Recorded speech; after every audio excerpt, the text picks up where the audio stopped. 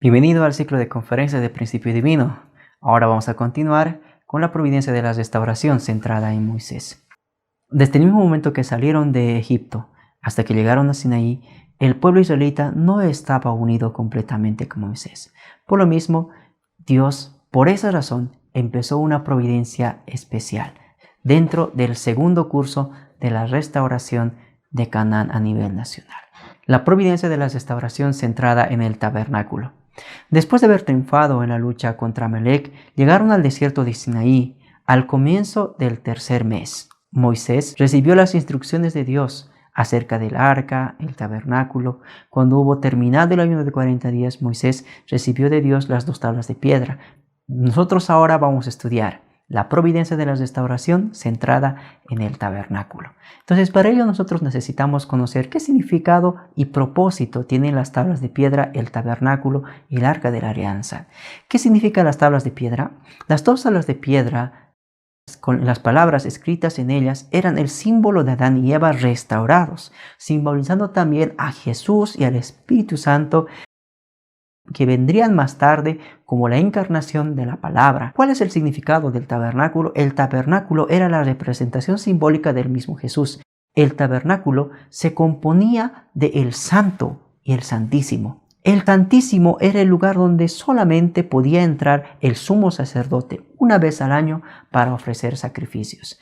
En él estaba el arca y era el lugar donde Dios estaba presente. Por consiguiente, el Santísimo simbolizaba al Espíritu de Jesús. El Santo era el lugar donde se entraba ordinariamente y simbolizaba el cuerpo de Jesús. Por consiguiente, puede decirse también que el Santísimo simbolizaba al mundo sustancial invisible, mientras que el Santo simbolizaba al mundo sustancial visible. ¿Qué era el arca? El arca simbolizaba la alianza de Dios y el hombre, que tenía que estar guardada en el Santísimo. En ella estaban las 2 tablas de piedra, el maná, estaba también la urna de oro, la vara de Aarón que había florecido. El arca, considerada en general, era el cuerpo condensado del universo. Por otro lado, era el cuerpo condensado del tabernáculo. El propiciatorio estaba encima del arca y Dios dijo que tenían que hacer 2 querubines de oro labrado que cubrieran a los 2 extremos del propiciatorio. ¿Cuál fue entonces el propósito de Dios al darles las tablas de piedra, el tabernáculo y el arca? Los israelitas, después de haber terminado el periodo de 400 años de indemnización necesarios, tenían que seguir el curso inevitable de la restauración de Canaán a toda costa. Sin embargo, los israelitas cayeron todos en la infidelidad. En últimos términos, existía el peligro de que incluso Moisés pudiese actuar con infidelidad. Por ello, Dios tuvo que establecer un objeto de fe firme que nunca cambiase, aunque el hombre lo hiciese.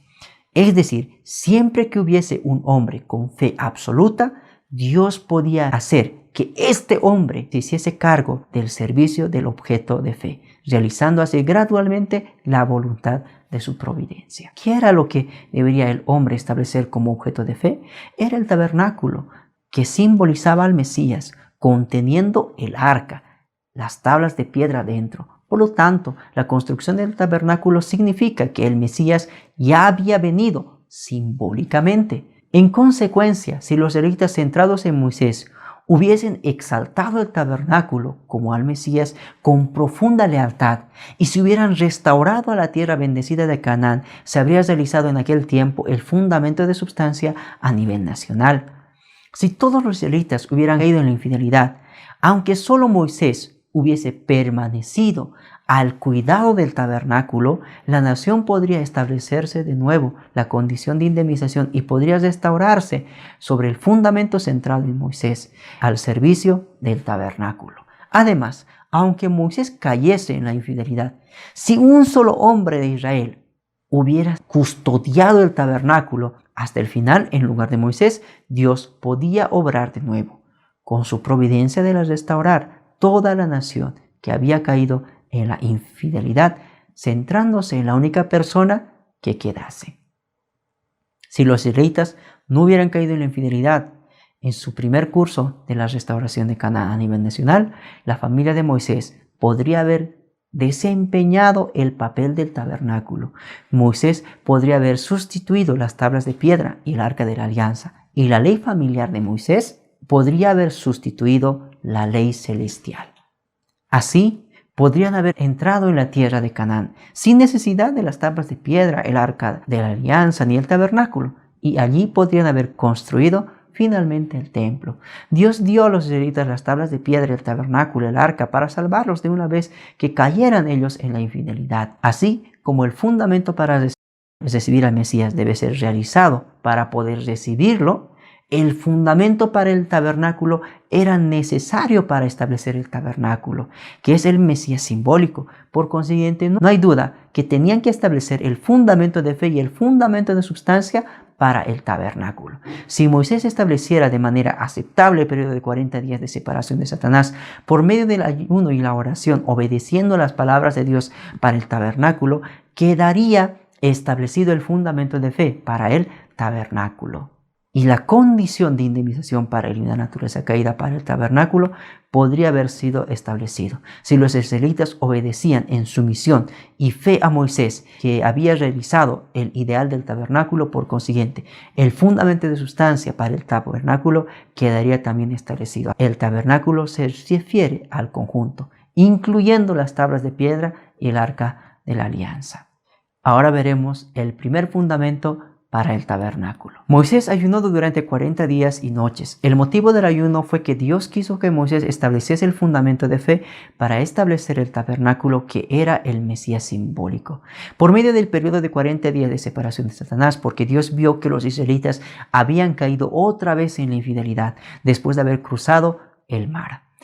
Para el establecimiento de la condición de indemnización para eliminar la naturaleza caída y en el fundamento de sustancia para la construcción del tabernáculo, los israelitas debían haber confiado y servido en obediencia a Moisés hasta que acabase de erigirlo. Sin embargo, los israelitas cayeron en la infidelidad mientras Moisés ayunaba y erigía las tablas de piedra. Hicieron que Aarón le construyese un becerro de oro y la adoraron diciendo que eran sus dioses que les había sacado de la tierra de Egipto. Moisés ardió en cólera al ver al pueblo bailando ante el ídolo, arrojándolos las tablas de piedra al pie del monte y las rompió.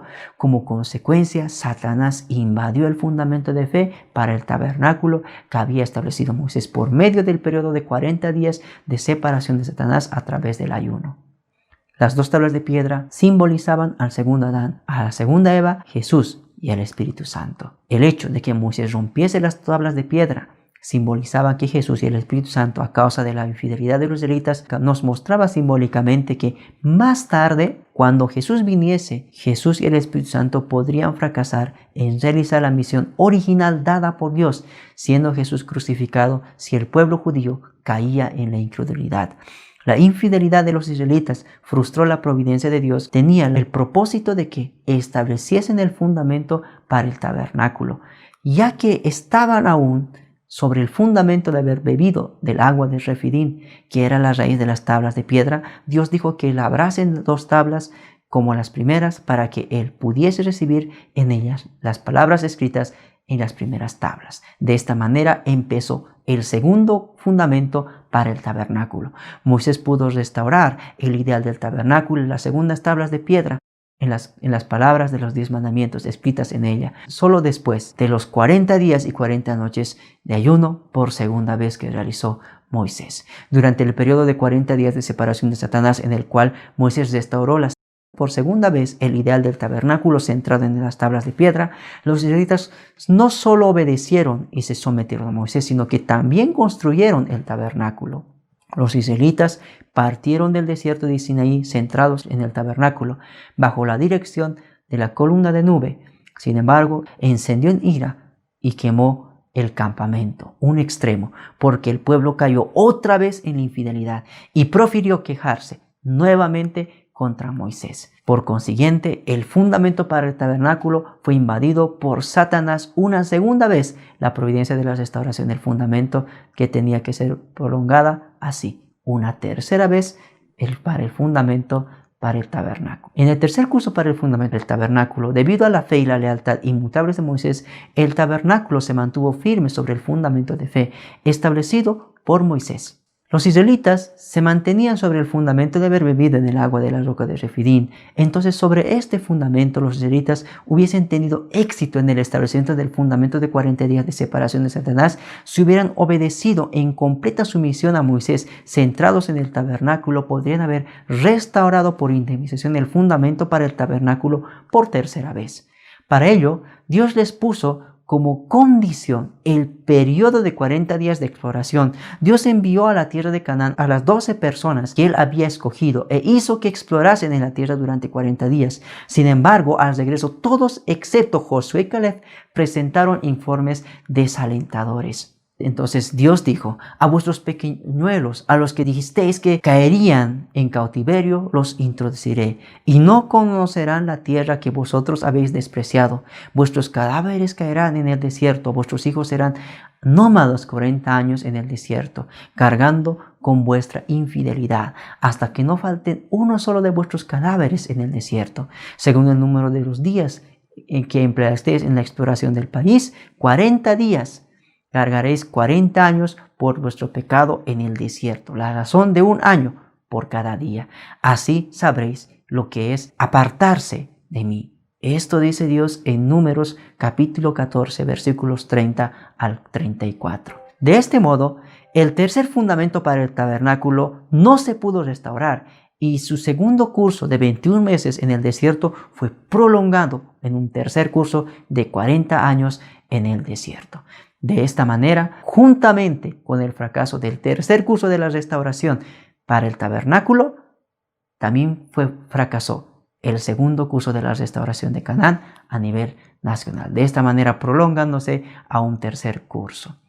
Debido a la infidelidad de los israelitas, el segundo curso de la restauración de Canaán a nivel nacional terminó en un fracaso. Por lo tanto, el periodo de 40 años en el desierto de Madián que Moisés había establecido para restaurar el fundamento de fe en este curso fue invadido de nuevo por Satanás, debido a que los israelitas fracasaron en establecer el periodo de 40 días de exploración con fe y obediencia. Tuvieron que estar 40 años calculando 1 año por día errando en el desierto antes de volver a Cádiz. Para Moisés, estos 40 años eran un periodo de separación de Satanás que había invadido el fundamento de fe en el segundo curso para la restauración por indemnización para el fundamento de fe en el tercer curso. De esta manera, Moisés, que había cuidado y exaltado el tabernáculo con fe y lealtad absolutas durante el periodo de 40 años errantes en el desierto hasta su vuelta a Cádiz, tuvo éxito en establecer el fundamento de fe para el tercer curso de la restauración de Canaán a nivel nacional. Por lo tanto, fue establecida firmemente la posición de Abel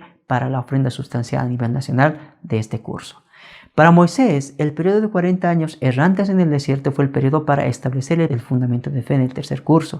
Con respecto a los israelitas, este fue el periodo para llevar a cabo la providencia para la partida en el tercer curso, restaurando su posición de obediencia a Moisés, el cual había erigido el tabernáculo en el segundo curso. Por ello, el tercer curso de la restauración de Canaán a nivel nacional comenzaría saliendo de Cádiz según la providencia para partida centrada en la roca. Si hubieran confiado y obedecido a Moisés a partir de entonces y hubieran entrado en Canaán bajo su mandato, podrían haber establecido la condición de indemnización a nivel nacional para eliminar la naturaleza caída. Entonces, podrían haber establecido también el fundamento de sustancia centrado en Moisés para el tercer curso de la restauración de Canaán. Dios hizo que Moisés golpease la roca con su vara ante la congregación de los israelitas para hacer salir agua y darles de beber. Sin embargo, Moisés, al ver al pueblo murmurando con resentimiento contra él por no tener agua, se encolerizó y de tal modo que golpeó la roca 2 veces con su vara. De este modo Moisés fracasó en llevar a cabo la providencia para la partida centrada en la roca, por golpear 2 veces cuando debería haber golpeado simplemente 1 vez. Por lo tanto, ya no pudo entrar en el país bendecido de Canaán, la tierra prometida, aunque estaba a su vista. Ahora debemos comprender por qué Moisés tenía que haber golpeado la roca solo 1 vez, como golpearla 2 veces supuso una falta tan grande. La roca, antes de que Moisés la golpease, de la que aún no había brotado agua, simbolizaba a Adán caído. Satán, al haber golpeado 1 vez a Adán y al haber causado su caída, hizo que Adán fuese una roca incapaz de dar agua. Por ello, Dios planeó establecer la condición para restaurar por indemnización a Adán como la roca capaz de dar agua, golpeando una vez la roca que representaba a Adán incapaz de dar agua y haciendo así salir agua de ella. Por consiguiente, la roca después del primer golpe de Moisés para sacar agua simbolizaba a Jesús, que vendría a dar de beber agua de vida a todos los hombres caídos. El acto de Moisés de golpear la roca por segunda vez llegó a ser un acto que representaba la posibilidad de golpear a Jesús, que vendría como la roca restaurada y daría de beber agua de vida a toda la humanidad. De este modo, la falta de fe de los israelitas y la acción de Moisés golpeando airado 2 veces la roca estableció una condición que permitía a Satanás atacar directamente a Jesús, la roca en sustancia, siempre y cuando los israelitas cayesen en la infidelidad en el tiempo de la venida de Jesús. Por esto, el acto de Moisés fue una falta muy grave. El acto externo de Moisés de haber golpeado la roca 2 veces fue un acto de Satán. La realidad interna de los israelitas se les dio de beber del manantial del agua que brotó de la roca. Por ello, los israelitas externos que habían salido de Egipto no pudieron entrar en Canaán como Dios lo prometió, a excepción de Josué y Caleb. Moisés también murió a la edad de 120 años a la vista de la tierra de la esperanza y el deseo. En lugar de Moisés, Josué entró a Canaán conduciendo a los israelitas internos que habían nacido en el curso del desierto y donde habían bebido agua en la roca, exaltando el tabernáculo. Aunque los actos externos de infidelidad de Moisés tuvo como resultado la invasión externa de la segunda roca por Satán, el agua brotó de la roca internamente para que bebiesen el pueblo, debido a la base interna del corazón incambiable de Moisés y la fe y lealtad de Josué. Después de que Moisés hubo golpeado la roca 2 veces, Dios envió serpientes de fuego a los israelitas que habían caído en la infidelidad, y las serpientes los mordían y los mataban. Cuando los israelitas se arrepintieron, Dios les hizo construir a Moisés una serpiente de bronce y ponerlas en un mástil, para que así la serpiente que mordían a algunos pudiesen mirar a la serpiente de bronce y ser salvados. Esto nos anuncia que en el tiempo de Jesús sucedería cosas similares, es decir, que si el pueblo judío caía en la iniquidad, Dios tendría que dejarlos en manos de Satanás. Entonces Jesús se vería obligado a morir en la cruz como la serpiente celestial para que toda la humanidad pudiese vivir. Cuando Moisés golpeó la roca 2 veces, Dios predijo que no podía entrar en la tierra de Canaán. Entonces Moisés oró a Dios para que le dejase entrar a Canaán, pero finalmente murió en la tierra prometida ante sus ojos. Después de su muerte fue enterrado en un valle en la tierra de Moab. Pero hasta el presente ningún hombre conoce el lugar de su tumba. Esto predecía que más tarde Jesús también podría morir en la cruz si el pueblo judío caía en la incredulidad. Aunque orase con ardor a Dios que el cáliz de su muerte pasase de él, para poder llevar a cabo la restauración mundial de Canaán, finalmente moriría sin realizar esta voluntad. Se desconocería el paradero de su cuerpo. Dijo Dios a Moisés: toma a Josué, hijo de Nun, hombre de quien es el Espíritu, imponle tu mano y colócale delante del sacerdote Eleazar y delante de toda la comunidad para darle órdenes en presencia de ellos y comunicarles parte de tu saber, con el fin de que le obedezcan toda la comunidad de los hijos de Israel. Josué era uno de los 2 que, al contrario de todos los israelitas que cayeron en infidelidad durante el periodo de 40 días de exploración, se mantuvo firme sobre el fundamento de fe para el tabernáculo establecido por Moisés. De este modo, José pudo establecer el fundamento para el tabernáculo con fe y lealtad incambiables, exaltando el tabernáculo hasta el fin. Así, aunque Moisés había caído en la infidelidad, las tablas de piedra del tabernáculo y el arca permanecían intactos sobre el fundamento establecido por José para el tabernáculo. Entonces Dios planeó llevar a cabo la providencia para la partida centrada en el agua de la roca, poniendo a Josué en el lugar de Moisés y haciendo que los israelitas internos lo obedecieran y se colocaran junto con él sobre el fundamento para el tabernáculo. De acuerdo con la providencia, Dios pensaba hacer que el pueblo entrase en la tierra de Canaán, estableciese la condición de indemnización a nivel nacional para eliminar la naturaleza caída y restaurase el fundamento de sustancia centrado en Josué en el tercer curso. Josué, en obediencia al mandato de Dios, llamó a los dignatarios del pueblo y les transmitió la voluntad de Dios. Entonces ellos les respondieron diciendo: todo lo que nos has mandado lo haremos. Donde quieras que nos envíes, iremos. Todo el que sea rebelde a tu voz y no obedezca tus órdenes en cualquier cosa que te mande, que muera. Tú solo sé valiente. En Josué capítulo 1, versículos 1 al 18. Fueron 12 los hombres que envió Moisés en su segundo curso hacia Canaán para la exploración de la tierra prometida. De estos solo 2 recibieron la misión con lealtad incambiable. Sobre el fundamento de corazón, Josué envió a 2 personas a Jericó para explorar la tierra. Después de haber cumplido su misión, los 2 hombres informaron con fe diciendo: cierto que Yahvé ha puesto en nuestras manos toda la tierra. Todos los habitantes del país tiemblan ya ante nosotros.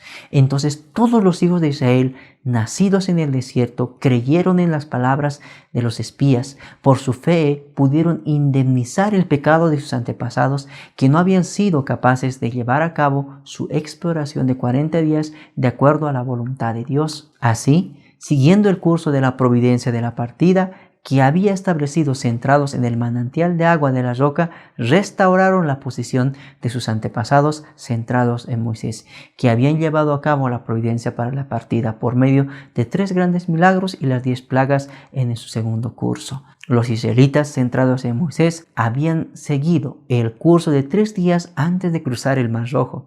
Los israelitas centrados en Josué siguieron también un curso de 3 días antes de cruzar el Jordán.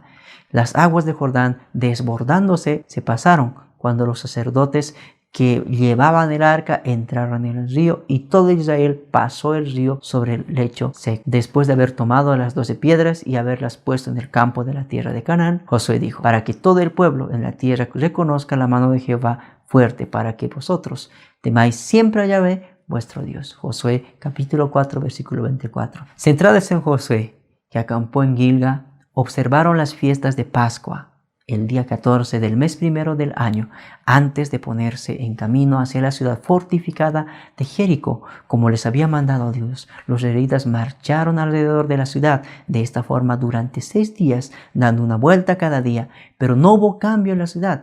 Tenían que restaurar por indemnización, con paciencia y obediencia absolutas, el periodo de 6 días de la creación que había sido invadido por Satanás.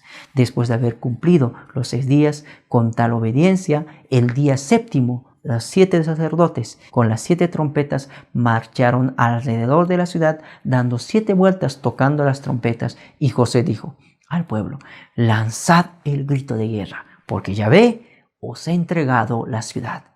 A su orden, el pueblo lanzó un gran grito y los muros se derrumbaron. Esto nosotros podemos encontrar en Josué capítulo 6. Josué destruyó al enemigo con una fuerza irresistible, derrotando en total a 31 reyes. Así fue establecido el fundamento de sustancia en el tercer curso de la restauración de Canaán a nivel nacional.